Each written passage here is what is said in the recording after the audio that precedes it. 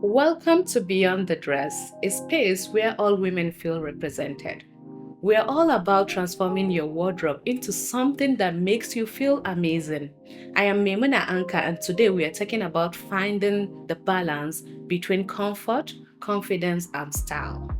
And today with me is a special guest, a friend, a journalist, and a poet, and also, most importantly, an advocate for women and youth development. Hello, Hauwa. Hello, everyone. So, My name is Hauwa Adamu Kiyawa, and and I am honored to be on the first thank you. maiden episode You are our first guest. Beyond the Dress. Exactly, because I feel you will relate more to whatever it is we are trying to portray here. I'm honored. Thank you. Good. So, with time, can you tell us how your sense of style evolved?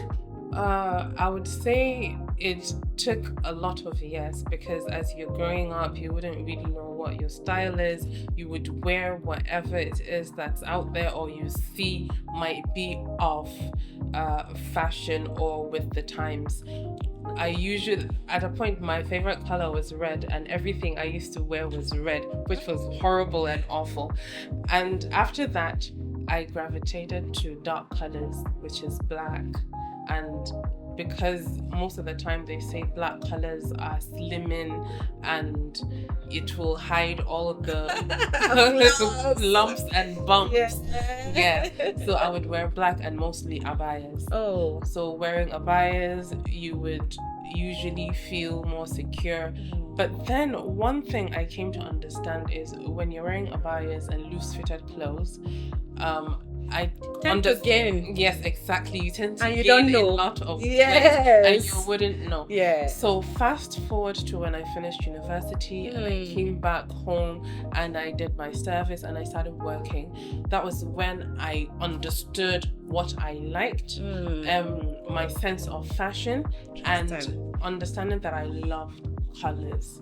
I never ever thought or saw myself wearing any color but black. Afterwards, I came to understand that I could wear things according to my size because at a point I was bigger than this, so I was self-conscious. Okay. But if I can remember, I told you that when I came back to Nigeria, when I finished school, you were the only one that could get my size, that could get my measurement, because I don't know if I can say it, I'm a busty person. So most tailors would think if someone is busty, their hips is wide as well. Definitely. Or they would have huge stomach.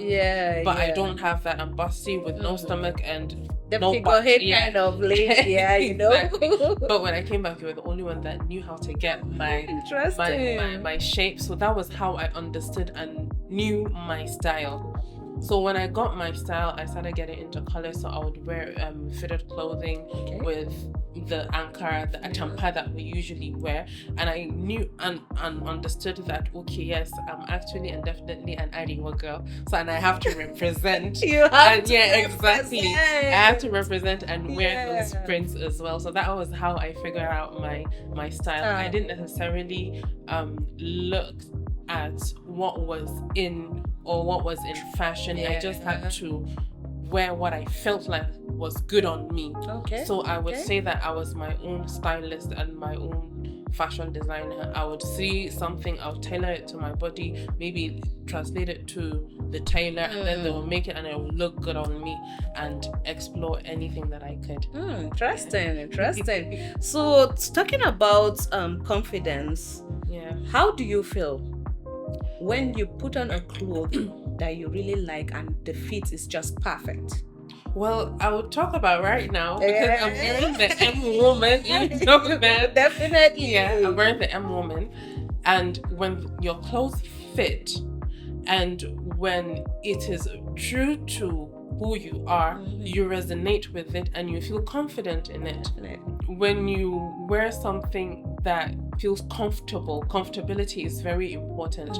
When you wear something that is comfortable, you will feel that, okay, this is what you're supposed to wear. So comfortability is important when it comes to you styling yourself. So when when you're not comfortable, when you're in something that is ill-fitting or too tight, you wouldn't feel comfortable anywhere for you to even be confident in your style. So comfortability is very important when it comes to style as well. Okay. So how do you feel about the phrase dress for your body type? Do you agree with it, or you tend to break those rules? Well, I would say it's a 50-50 kind of thing. The reason I'm saying that is what your body type is might be something else to you, and your body type to another person might be something else to you. What you might be comfortable in might be different from what another person sees you. Yes. So when they say dress according to your body type, it means, for me, be comfortable in what you're wearing. If you're comfortable in what you're wearing, no matter what any other person says, it does not matter. You know, I keep repeating to most of our clients that all women are represented by the M Woman brand. Yes. Especially when it comes to comfort. Yes. It's key.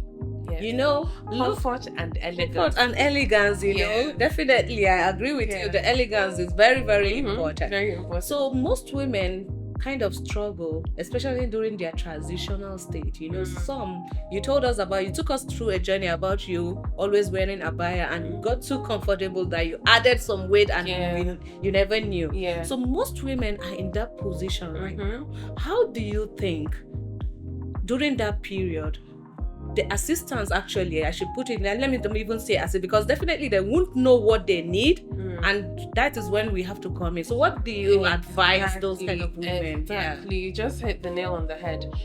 They need that guidance, because at the end of the day, if you're going to a tailor or a fashion designer that does not know what they're doing, they will definitely not get the guidance that they need, and let them know that this looks good on you, or maybe if you're feeling this type of way, you could dress this type of way, or maybe get a boost of confidence, because some people actually look good but they don't have anybody to tell them that they look good. So if they have that professional backing to tell you, okay, you're gonna look good at this, you're gonna look good in this, even if they think that they're not gonna look good in it, as long as they have that person that has the eyes for it and the knowledge for it, like you, obviously, then definitely they can have that guidance, and their style will gravitate through that, phase and change that they feel like they cannot go through. Okay, interesting. That's good. So I've been struggling with something, actually. Before the M Woman brand, I've been doing bespoke and bridal wears. It took me a lot of time to get different body types, actually. So the M Woman brand is a result of my research and development. All the things that had to do with women body type. So for those who tend to find it difficult, understanding their body type, and then you advise them that this is you, but no, they want to look like the other person. Exactly. I talk about uniqueness. I talk about you being you, your own style, right? So those kind of struggles, how do you think? This is one thing I always say. We tend to forget that everyone is different. What I've always tried to say is that people always forget that each and every person is a different individual. Everyone is different. Just definitely. Just the way everyone is born different. And our body types. There are no two people alike.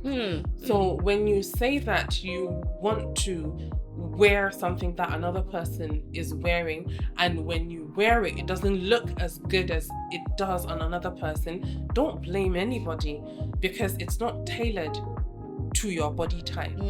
Exactly. So that is why we need expertise from you guys to tell us that, okay, this goes well, because some people have the eye for that.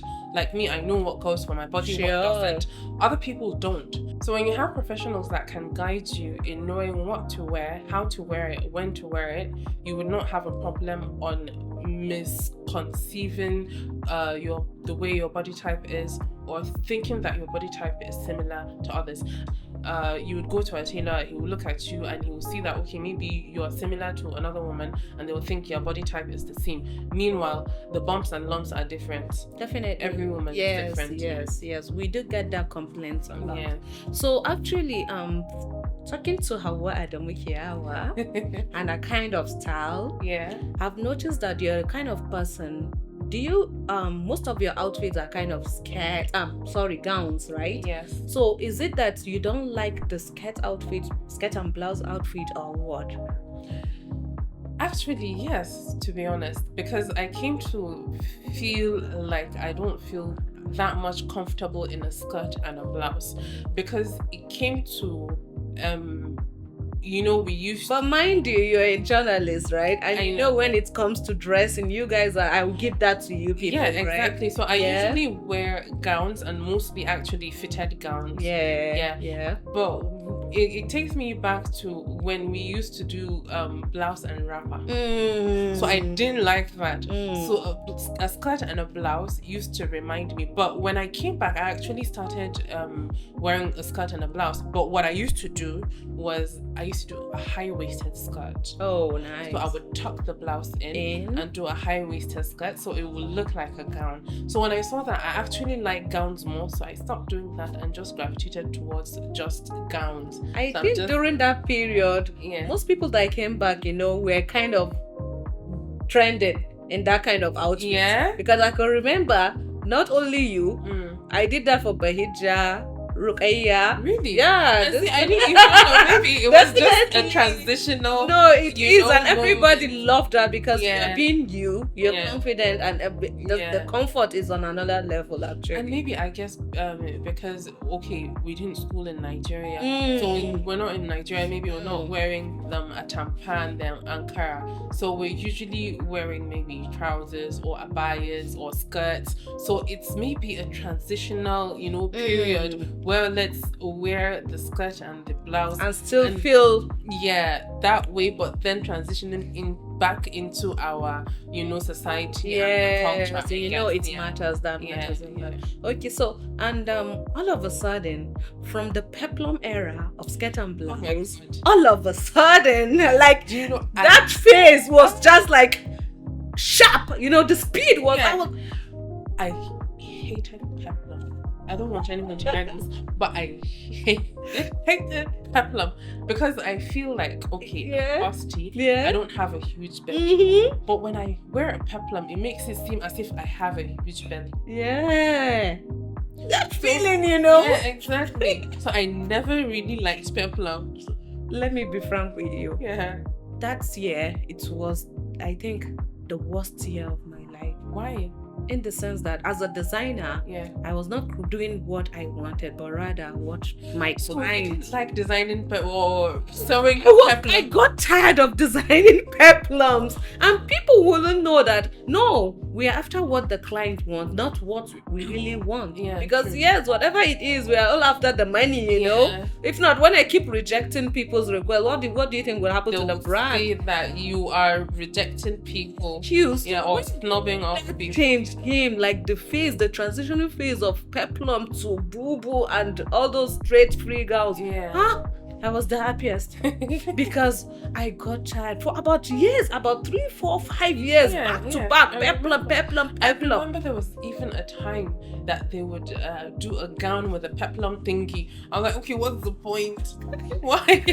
No, for some it was really working. Let me be frank with you. So many women feel confident in that kind of outfit. I don't care how good you look. It does not look good. So it's all up. What? Those people with the perfect body it looks good out there. But to be frank, we look at the environment and look at the majority. Okay, this is what is going. Exactly. This is the trend. The body types are more of the apple shape. Yeah. To be frank. Yeah. Apple shape. Yeah, apple shape kind of. So there's one thing that people really need to understand for you designers to let people know that there are different body shapes. The pear, the Apple, which ones are they? You're the designer, you're supposed to for them to know that not everything that goes on this will go on that. It's like putting a circle in a square box, right? So it does not go. So we just have to learn and understand that, okay, when we do things a certain way, tailored to a certain body type, you look good and amazing. Definitely. So it's just... So for you now, the boo-boo and straight free gown kind of trend now, how do you see it? Well, I feel like it's good, it's okay, because with the times that we are and modesty and all of that, it's good, because there was a time it was dangerous. Very, very. I said it was dangerous. The reason I said it was dangerous because you would see some get a blouse maybe and a skirt, and one sleeve will be longer than the other. It was crazy, you know. Sleeveless. There was some that they would even have some type of names. Yeah. Like or something. Different type of styles that you wouldn't even want a lady to bend down in. Yes. Talk about modesty.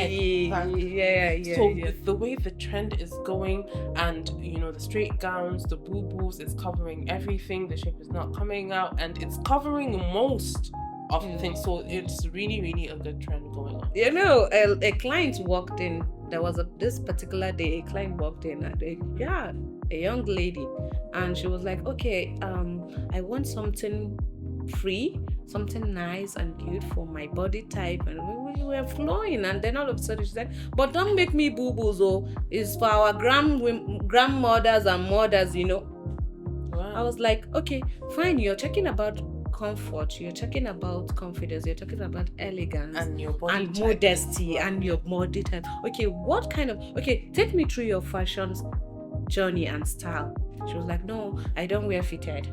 So what do you wear? Abayas. Okay, what is abaya? Abaya is free. Exactly. So whatever it is, the boo-boos and the kaftans that people are translating to be a kind of style that they are different kind of boo-boos, you know. The abaya can be tailored differently. Different way. Different just ways. like the boo-boo that we're wearing right now. It could be fitted in other areas, and it's still boo-boo. And it's still fitted. Sure, and you're still looking modest and elegant. Exactly. Yes.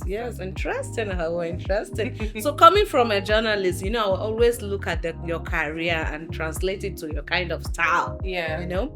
So what do you think women that are into your kind of career, how do you think they should take their style another level? Okay, you're trying to transition from this phase to another phase. Listening to what you've said, what do you think they should do starting from today? Well, when it comes to my profession, we're usually in people's eyes in front of the camera, and we have to present ourselves modestly, and we have to be well put together and presentable. Exactly. So when you culminate everything, you have to have style, you have to have finesse, you have to be streamlined, and you have to look good, so that anywhere you go, you know that yes, you are looking good. Both for the millennials and the Gen Zs. Everybody. You know, some of the Gen Zs won't agree with this, right? So this is one thing I always say: looking good and smelling good is good business. It's good business. Yeah. Always have to be on point. Yes, I agree. So with my profession, we're always in the eyes of the public. You have to look good so that you can represent yourself and the media organization you're representing as well. Nice. Yes. Interesting. Wow. But thank you so much. Looking forward. You're an advocate for women and youth empowerment. How do you intend to touch more lives? Because I know you've been doing lots. So how do you intend to touch more lives? Well, I would say first off, in my profession, I head the news and current affairs department at the media organization that I work at. So there are lots of interns that come in. and most of them need guidance when it comes to profession, when it comes to their life. So I take it upon myself whenever they need me, whatever they need, even if it is not put forth, I do that. So as of right now, we're trying to constitute an organization or a foundation that would help the youth in a reorientation, in being productive, learning and relearning morals, because as of now in our society, especially in Ariwa, we have a huge problem, a huge menace in our society, whereby the youth have become very, very dangerous and disruptive in the society. So if we don't come up and do what we need to do the needful in order for us to help each other, because we're helping each other. Yeah, definitely. If we don't help the youth now, our future is doomed. Nice. Because the youth that are now constituting a menace in the society feel like they have no future. There is no hope for the future. So as long as you try as much as possible and instill that hope, provide value for them to see value in their life, and change their morals, or try and change, because whatever, charity begins at home. Yeah, obviously. definitely. But when you try and change the way of thinking, their orientation and way of life, at least, even if it's, let's say, 50% or 60% of those 100% of those given orientation, get that change, at least we would take a step forward, definitely, to the good direction that we're hoping to go to. Because as of now, Ariwa has the highest percentage of out of school and unemployed. Yeah. So you can see the dangers that we're facing in the future, and we're hoping to God that we can do something about it. Inshallah. Thank you so much, Hauwa. My pleasure. Thank you for coming on the show. Always a pleasure. Because we're really trying to do something. We are trying to let women rediscover themselves, their style, their confidence. Exactly. That confidence is key. Yeah. So thank you so much once again. My pleasure. And that was it for today's episode of Beyond the Dress, a space where all women feel represented. Don't forget to like and subscribe for the next episode. Bye.